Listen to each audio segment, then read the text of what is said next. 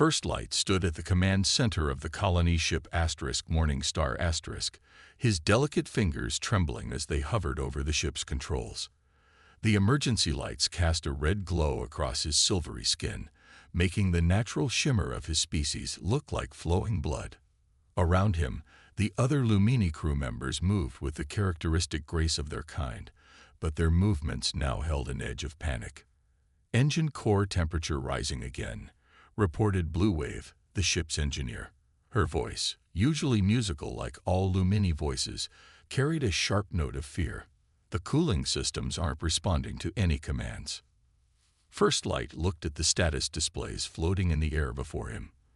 The Morningstar* carried 10,000 colonists in suspended animation, all depending on him and his crew to reach their new home safely. Now, trapped in the gravity well of an enormous gas giant, their advanced ship was failing around them. "Try rerouting power from the life support systems on the empty decks," First Light ordered. He kept his voice steady, though his heart beat rapidly in his chest. The Lumini were not built for crisis situations.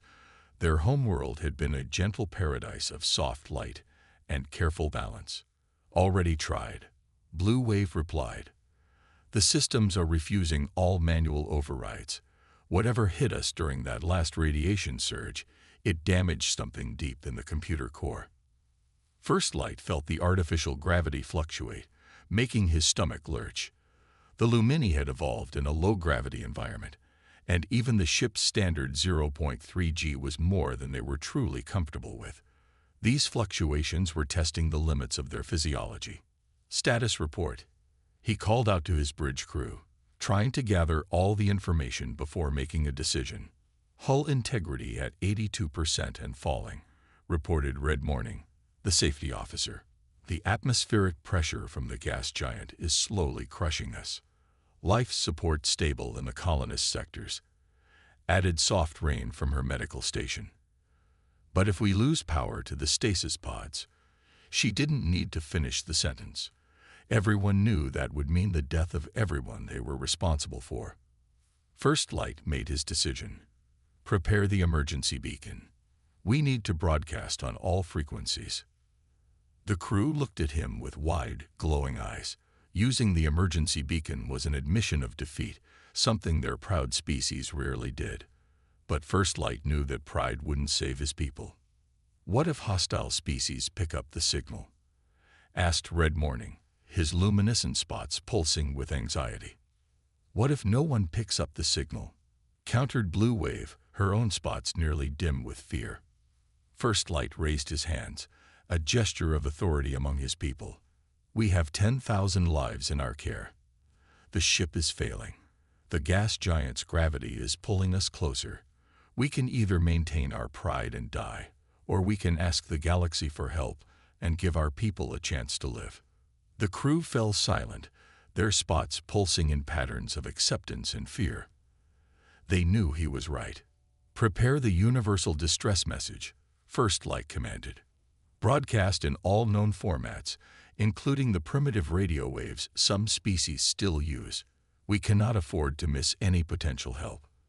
As his crew worked, First Light moved to the ship's observation window. Beyond the reinforced transparent material, he could see the swirling storms of the gas giant. Its massive bulk filled half the sky, its power threatening to swallow their ship whole. The Morningstar's engines, normally more than capable of breaking free from such gravity, could barely keep them from falling deeper into the planet's embrace. The message began broadcasting, spreading across the stars in waves of desperate hope. First Light watched the status displays showing their deteriorating situation. The ship's sophisticated systems were failing one by one, unable to cope with the harsh conditions. Their artificial gravity fluctuated again, making several crew members groan in discomfort. "Message broadcasting on all frequencies," reported Red Morning. "Now we wait." First Light nodded, his spots pulsing with determination despite his fear. "Now we wait," he agreed. "And we hope that someone out there is strong enough to save us from this Deathworld's grip." The crew settled in to wait, watching their systems fail one by one, hoping their call for help would reach someone before it was too late. None of them could imagine that the help they needed would come from a species that called environments like this home. A species that had evolved on a world that would kill Illumini in seconds. Help was coming, but it wasn't what they expected. The Deep Space Monitoring Station on Europa picked up the distress signal at 3:47 a.m. Earth Standard Time. The night shift operator, Bill Cooper, was on his fourth cup of coffee when the alert lit up his console. At first, he thought it was another space junk warning, the usual debris from centuries of human space exploration. But this was different. "Hey, Mark," he called to his supervisor. "You might want to see this." Mark Wilson walked over, his heavy boots making solid thuds on the metal floor. The station's artificial gravity was set to Earth normal, no point making things harder than they needed to be. He leaned over Bill's shoulder, reading the incoming signal data. "Well, I'll be damned," Mark said, his eyes widening. "That's not one of ours." The signal was too complex, too elegant in its structure to be human-made. It carried information about the sender's ship, their situation, and their needs in over 50 different encoding methods. Someone out there was making very sure their cry for help would be understood. Within 20 minutes, the emergency response team was assembled in the station's main conference room. Captain James Miller of the rescue vessel Thunderchild stood at the front, looking at the holographic display of the distress signal's origin. "The alien vessel is caught in the gravity well of Jupiter-class gas giant," he explained to his team. "Their engines are failing, and their hull is buckling under the pressure. Standard rescue op, just with some extra complications, like the fact that they're aliens." Tom Reed, the chief engineer, grinned as he said it. His weathered face showed excitement rather than concern. "Exactly," Miller nodded. "We don't know their biology, their technology, or their protocols, but we know they need help, and that's what we do." The Thunderchild launched within the hour. She wasn't the prettiest ship in Earth's fleet. Her hull was scarred from countless rescue missions, her paint faded from solar radiation. But she was built for exactly this kind of work, with reinforced hull plating that could withstand gas giant pressures and engines powerful enough to fight against crushing gravity. As they approached the coordinates, the alien ship came into view on their monitors. It was beautiful, all sleek lines and elegant curves, more like art than engineering. It was also clearly in trouble, its silver hull creaking under pressures it was never meant to handle. "Opening communications," announced Lisa Parker, the ship's communication officer. Her fingers moved quickly over her console, broadcasting on all frequencies they used in their distress call. The main screen lit up with an image that made the entire bridge crew pause. The alien captain looked almost like a living light sculpture, tall, slender, with silvery skin that seemed to glow from within. Its large eyes widened visibly at the sight of the human crew. "This is Captain James Miller of the Earth rescue vessel Thunderchild*, Miller said clearly. "We received your distress call and are here to help." The alien captain's response came through the translator systems. "I am First Light of the colony ship Morningstar*. You're coming to help us. In these conditions?" Miller looked confused for a moment. "Well, yes. That's what we do. Our ship is specifically designed for gas giant operations." The alien's glowing spots pulsed in what the translator indicated was disbelief. "But the pressure, the radiation, the gravity. How can your species survive such conditions?" Miller exchanged glances with his crew. They'd all read the sensor data. The conditions around the alien ship were well within human operational parameters. Tough, yes, but nothing they hadn't handled before. "These conditions are actually quite similar to parts of our home system," Miller explained. "We've been conducting rescue operations in gas giants for over a century." The alien captain's spots now pulsed in a pattern the translator couldn't quite interpret. The entire alien bridge crew seemed to be staring at the humans in a mixture of shock and awe. You evolved in such conditions?" First Light asked. Our home planet Earth is technically what we call a Class 3 gravity world, Miller said. We're built pretty sturdy. Now let's focus on getting your ship to safety. We're going to start by extending our shield bubble to stabilize your hull pressure. As the Thunderchild moved into position, the human crew began their rescue preparations with practiced efficiency, unaware that they were about to become legends in alien space. To them, it was just another day at work. To the watching Lumini, it was nothing short of miraculous. The human rescue team gathered in the Thunderchild's main conference room. Holographic displays showed the Lumini ship status in red warning colors. Captain Miller stood at the front, pointing to different parts of the display. Their hull is cracking under the gas giant's pressure, he explained. We need to get their people out before the ship breaks apart. Tom Reed, the engineer, raised his hand. I studied their ship's specs. Their technology is amazing, but it's all built for low-stress environments. They never expected to deal with these kinds of pressures. Can we tow them out? Lisa Parker asked, looking at the gravitational force readings. Miller shook his head. Too risky. Their hull might not survive the strain. We need to stabilize their ship first, then get their people to safety. The conference room door opened, and Anna Russ, the medical officer, walked in. She'd just returned from a quick visit to the Lumini ship to check on their biology. We've got another problem, she said. The Lumini evolved on a low-gravity world. Their bones are like glass compared to ours. Even our ship's normal gravity could hurt them if we're not careful. Miller rubbed his chin, thinking. All right, let's break this down. We need to save 10,000 colonists in suspended animation, plus the crew of 50. We need to do it in crushing gravity that would kill them instantly. And we need to do it before their ship breaks apart. Just another Tuesday, Tom said with a grin. Through the video link, First Light and his crew watched the humans plan.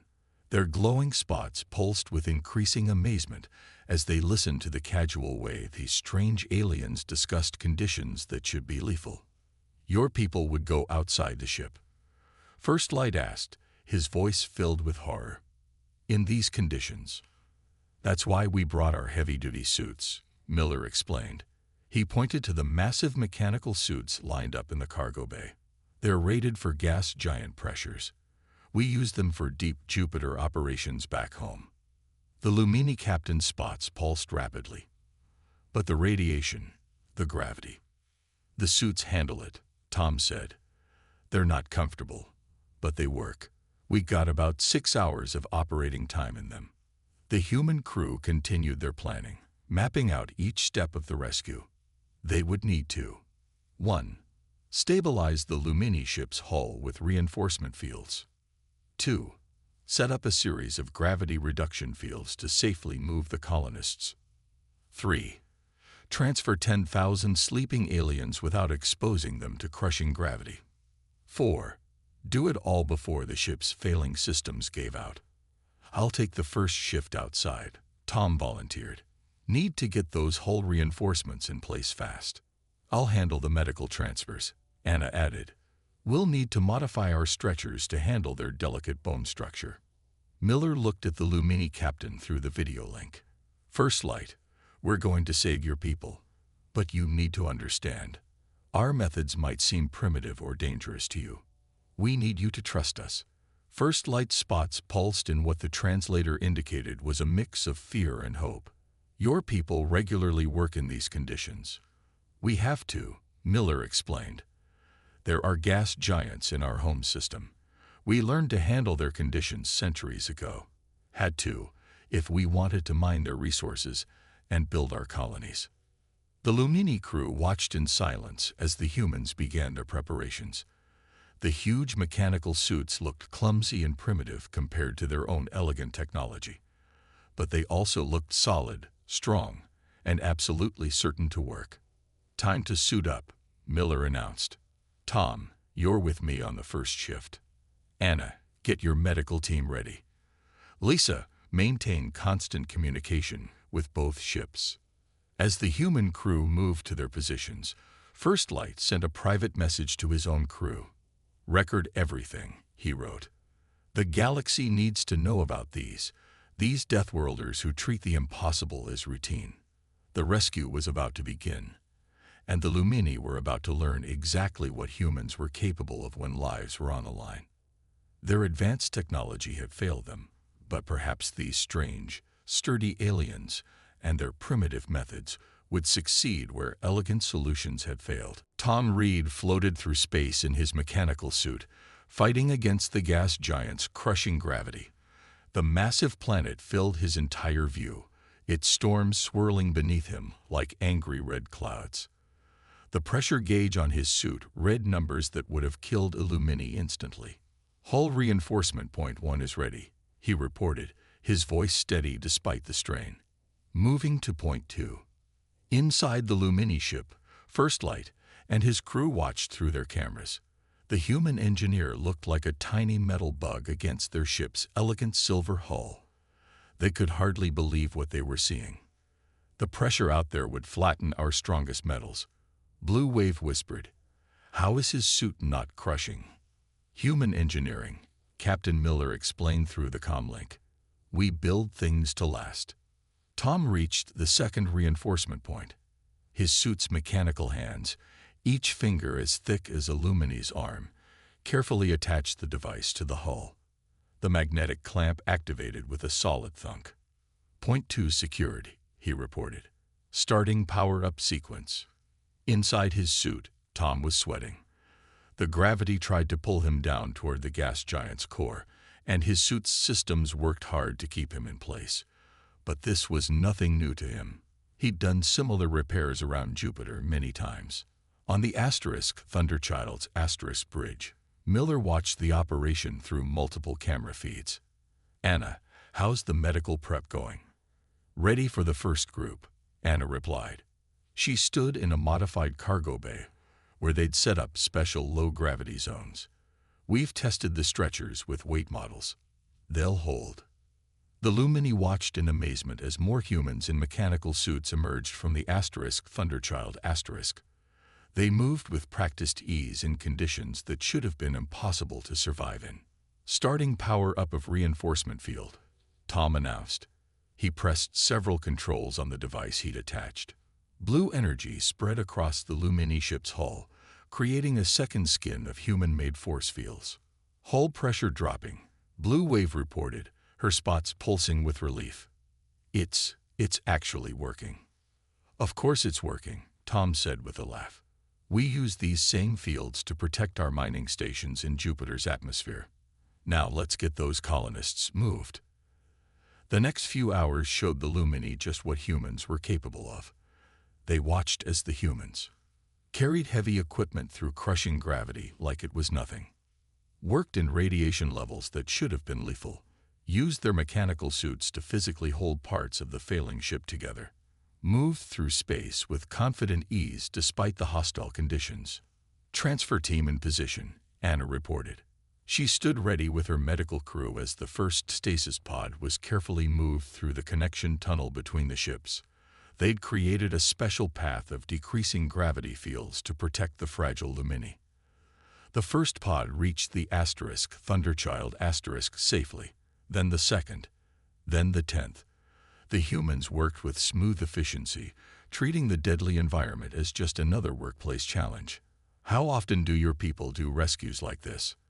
First Light asked Miller, watching another group of his colonists being saved. "We have a saying on Earth," Miller replied. "Where there's life, there's hope. And where there's hope, humans will find a way. We've been rescuing people from space disasters since we first left our planet." As if to prove his point, Tom's voice came over the comm again. "Hull reinforcement complete. Structure is holding steady. We can speed up the evacuation now." The Lumini crew watched their ship's readings in disbelief. The humans had done in hours what their own engineers had said was impossible. They'd turned death pressure into a manageable problem, lethal radiation into a mere inconvenience. "I never thought I'd say this," First Light admitted, his spots pulsing with gratitude. "But I'm glad the galaxy has Deathworlders in it. Without your strength, my people would be lost. We're just doing our job, Miller said simply. But he smiled, proud of what his crew had accomplished. They weren't just saving lives today. They were showing the galaxy that humanity's primitive toughness had its place among the stars. The warning came without much time to prepare. Lisa Parker's instruments detected it first. A massive solar flare from the system's star, heading straight for their position. "Captain," she called out, her voice tense. "Solar flare incoming. Class X, huge one. ETA 12 minutes. Miller's face grew serious. They had already moved 6,000 colonists to safety, but 4,000 remained on the failing Lumini ship. The transfer path between ships was working perfectly, but now they faced a new threat. "First light," Miller called to the Lumini captain. "We need to speed up the evacuation. That solar flare will hit us with enough radiation to overwhelm your ship's weakened shields."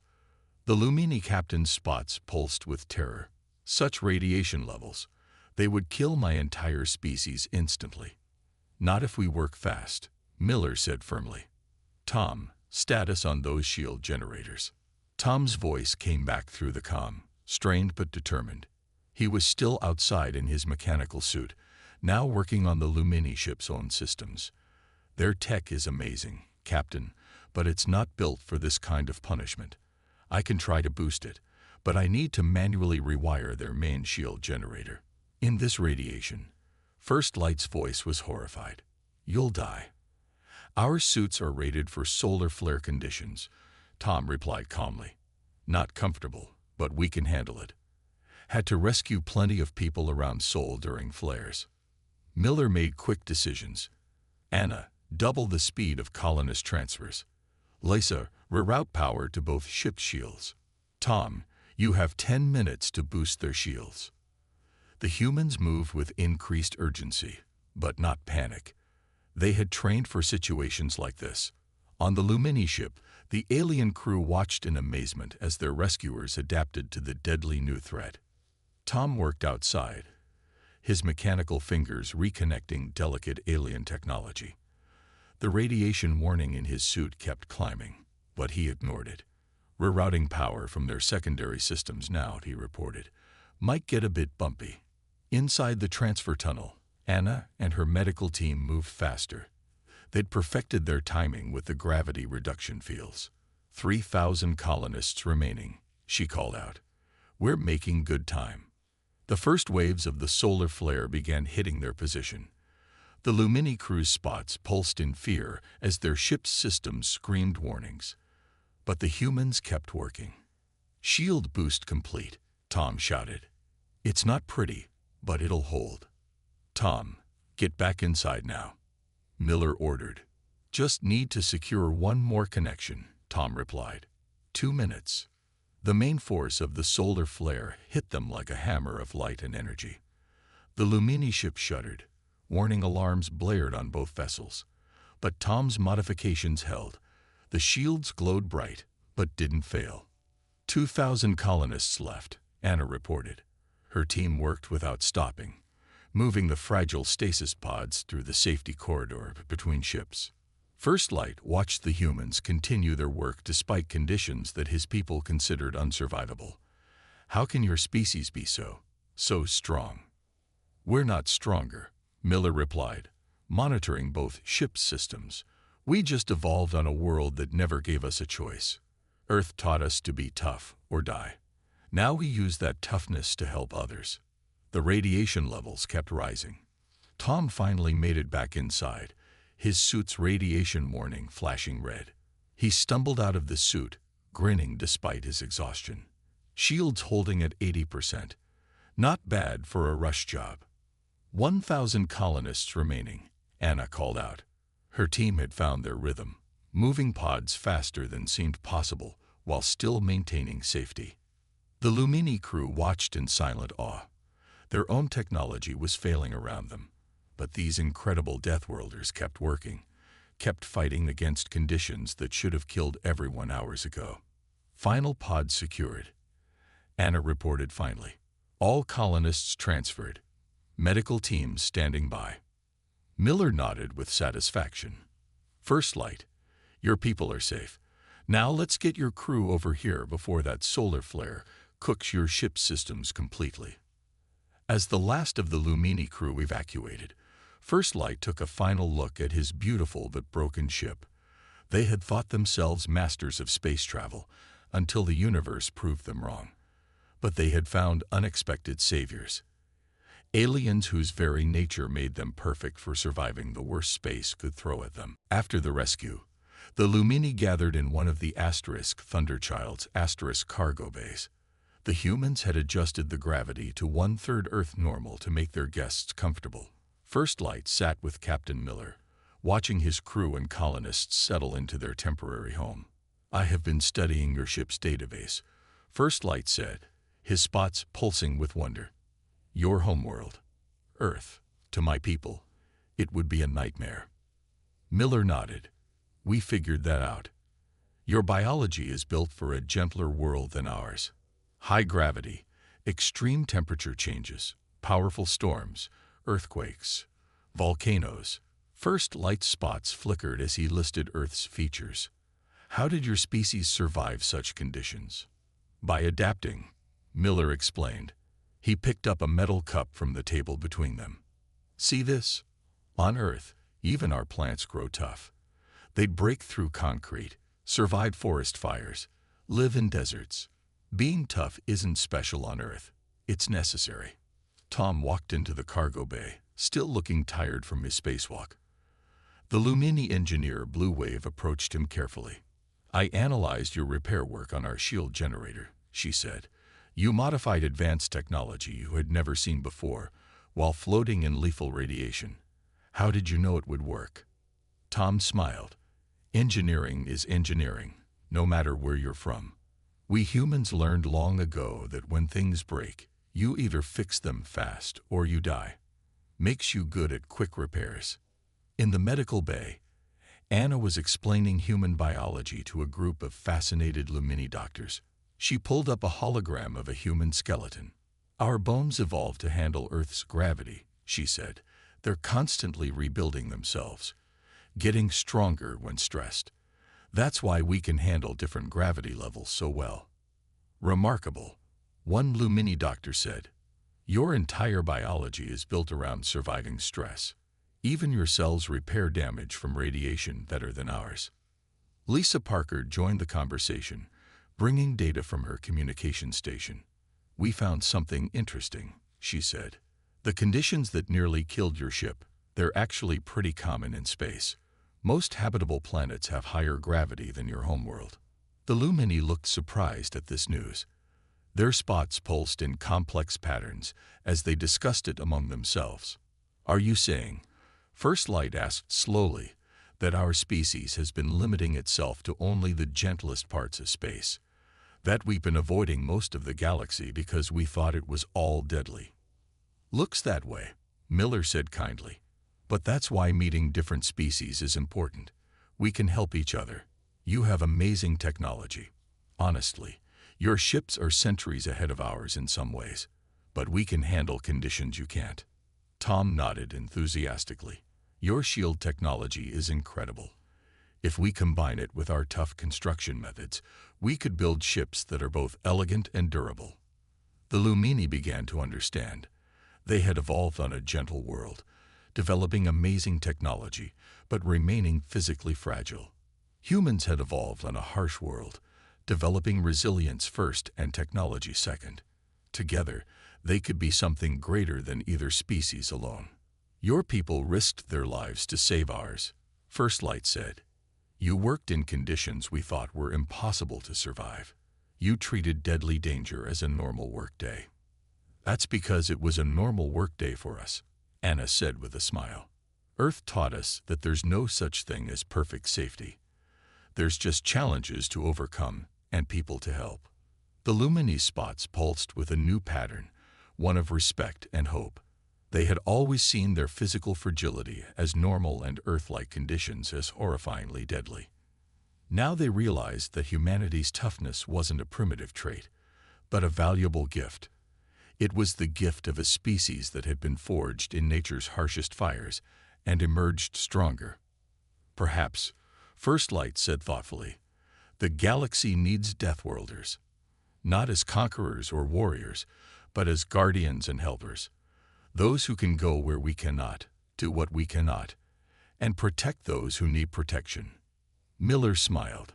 That's what we're here for. After all, what good is being tough if you don't use that toughness to help others? 3 days after the rescue, the Thunderchild approached the Lumini colony world. The massive ship carried not just its human crew, but 10,000 saved colonists and the grateful crew of the Morningstar. First Light stood on the bridge beside Captain Miller, watching the beautiful blue-green planet grow larger on the main screen. Your people have already prepared landing sites for us, Miller said, checking the incoming data. They've set up perfect Earth-normal gravity zones for my crew, too. Fast work. First Light's spots pulsed with pride. It was the least we could do. But we've also prepared something else. Something bigger. The screen changed to show a large building near the colony's main city. Its design mixed Lumini elegance with human practical strength, sweeping silver curves supported by solid steel beams. Is that what I think it is? Tom asked, walking onto the bridge. Yes, First Light replied. The first joint human Lumini Space Rescue Center, if you'll accept it, of course. Miller looked surprised. You want to work with us. The galaxy is vast and full of dangers, First Light explained. We have the most advanced ships and scanning technology in known space. You have the ability to work in conditions that would kill most species. Together we could save a lot of lives, Miller finished, smiling. Anna entered the bridge, carrying data tablets. The Lumini Medical Council already approved my proposal, she said excitedly. They're going to help us develop new medical technologies that work for both our species. Imagine, their advanced healing techniques combined with our tough medical equipment. And that's just the beginning, Tom added. He and Blue Wave have been working nonstop, sharing ideas. Wait until you see the ship designs we've been working on. Lumini sensor systems in human-grade hulls. They'll be beautiful and tough. The Thunderchild began its landing approach. Below them, thousands of Lumini gathered to welcome both their saved people and their new human allies. News of the rescue had spread across their worlds, changing how they saw the galaxy. You know, First Light said thoughtfully, before we met humans, we thought being fragile was normal. We avoided so much of space because we thought it was all too dangerous. Now we understand. We just needed the right partners. And we needed you too, Miller replied. Humans have been so focused on being tough enough to survive anywhere, we sometimes forget to make things better, more elegant. Your technology shows us a better way. Lisa's console lit up with incoming messages. Captain, you're not going to believe this. We're getting calls from 12 other species. They all want to know if we do rescue operations in their sectors. Miller laughed. Looks like we're going to be busy. First Light's spots pulsed with happiness. The Lumini Council has officially named humans as our official rescue partners in dangerous space conditions. Any mission too dangerous for our ships will now have human crews on call. And any mission needing advanced scanning or technology will have Lumini support, Miller added. Perfect team. The Thunderchild landed smoothly on the colony world.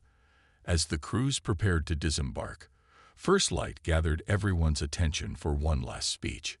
When we sent out our distress call, we thought we were going to die, he said. Instead, we found something remarkable. A species that turns deadly conditions into a normal workday. A people whose very nature makes them perfect guardians for the galaxy's more fragile species. Miller shook his head modestly. We're not special. Earth just taught us some useful lessons. That's exactly what makes you special, First Light insisted. You learned to be strong so you could help others. Now the galaxy will be safer because of it. As human and Lumini crews walked together toward their new joint rescue center, both species knew they had found something important. The humans had proved that being tough didn't mean being primitive. The Lumini had proved that being advanced didn't mean being helpless. Together, they would show the galaxy that the best strength comes from helping each other. And somewhere out in space, another ship would soon need help. When that call came, Human and Lumini would answer together, one providing the strength to reach those in danger, the other providing the technology to bring them home safely. The age of the Galactic Rescue Service had begun.